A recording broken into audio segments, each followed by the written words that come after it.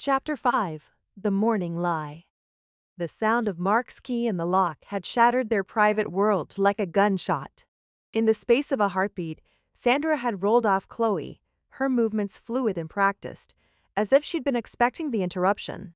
Chloe had scrambled for her discarded clothes in the darkness, her hands shaking so violently she could barely grip the fabric.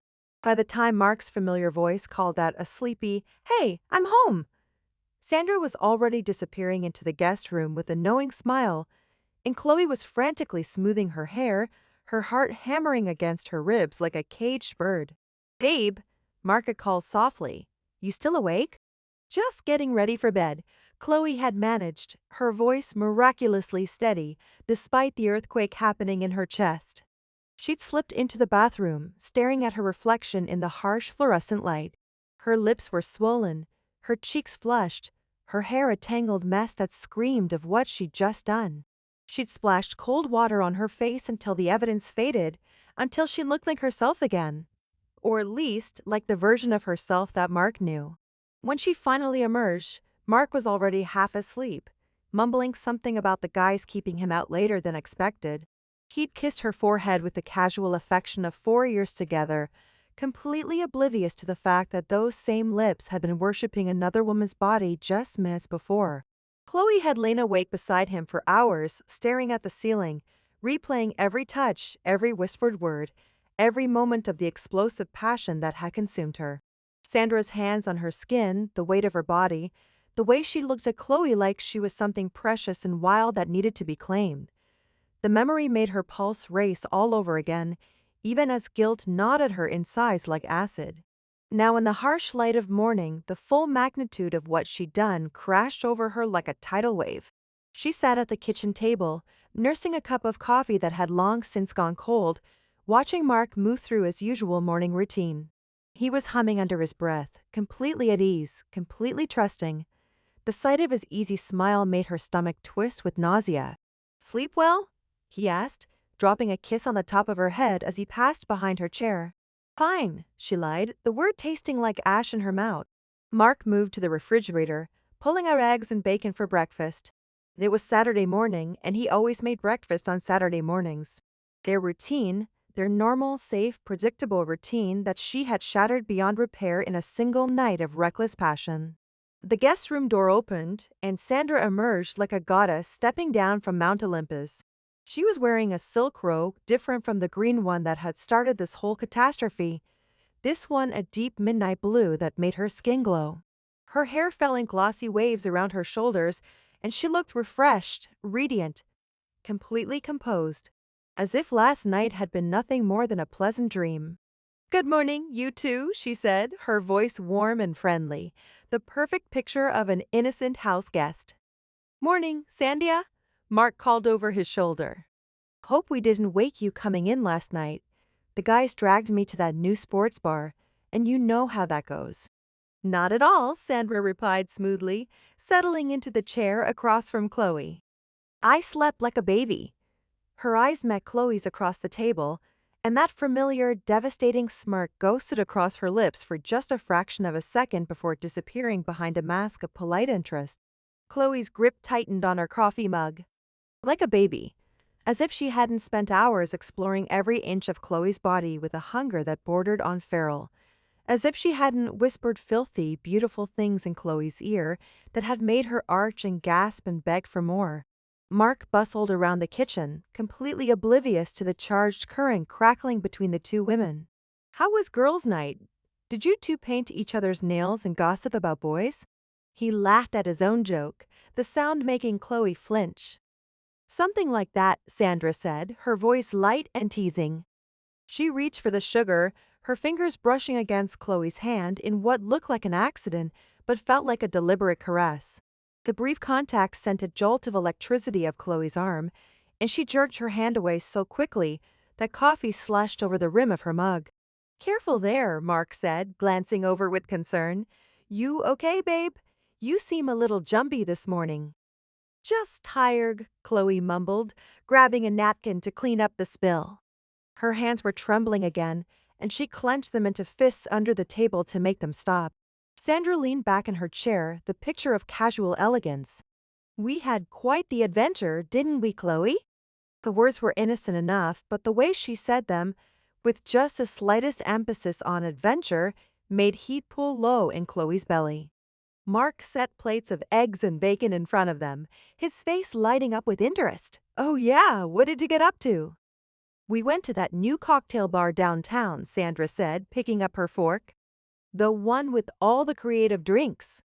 Chloe was quite the party animal. She speared a piece of bacon, bringing it to her lips in a way that was somehow obscene. She really let loose. Chloe's face burned, every word with a double entendre, a secret code that only the two of them understood. She forced herself to take a bite of eggs, though they tasted like cardboard in her mouth. Mark beamed. That's great. You never go out anymore, Chloe. I'm glad Sandra could talk you into it. He reached over and squeezed her shoulder affectionately. You should do it more often. The irony was suffocating. Here was her loving, trusting boyfriend, encouraging her to spend more time with the woman who had just turned her entire world upside down. The woman who was currently undressing her with her eyes across the breakfast table while he stood right there, completely clueless.